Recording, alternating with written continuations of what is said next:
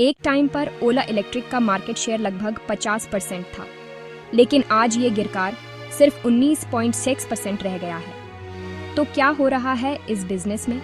चलिए इसे सिंपल तरीके से समझते हैं। ओले इलेक्ट्रिक मोबिलिटी लिमिटेड 2017 में स्टार्ट हुई थी और ईवी स्कूटर्स बनाकर और बेचकर रेवेन्यू जनरेट करती है। कंपनी का फोकस है इंडिया के ग्रोइंग इलेक्ट्रिक व्हीकल मार्केट को कैप्चर करना। अब थोड़ा नंबर्स देखते हैं।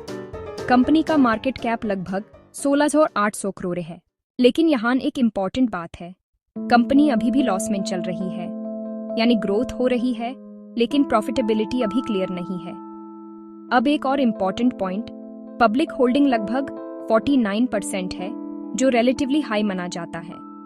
इसका मतलब ये हो सकता है कि रिटेल पार्टिसिपेशन ज्यादा है और ओनरशिप स्ट्रक्चर थोड़ा डिफरेंट है।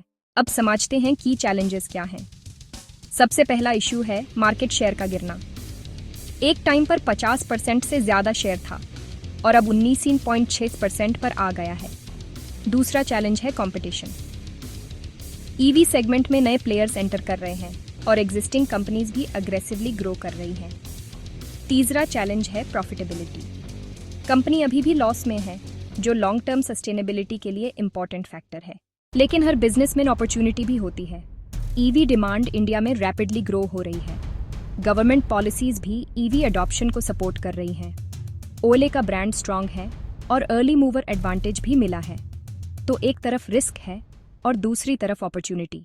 अब फाइनल बात समझते हैं। बिजनेस समझना उतना ही इंपॉर्टेंट है जितना नंबर्स देखना। सिर्फ ग्रोथ देखकर डिसीजन लेना सही नहीं है। अगर आप बिजनेस को सिंपल तरीके से समझ नहीं पा रहे, तो आपको उस बिजनेस को अवॉइड करना चाहिए।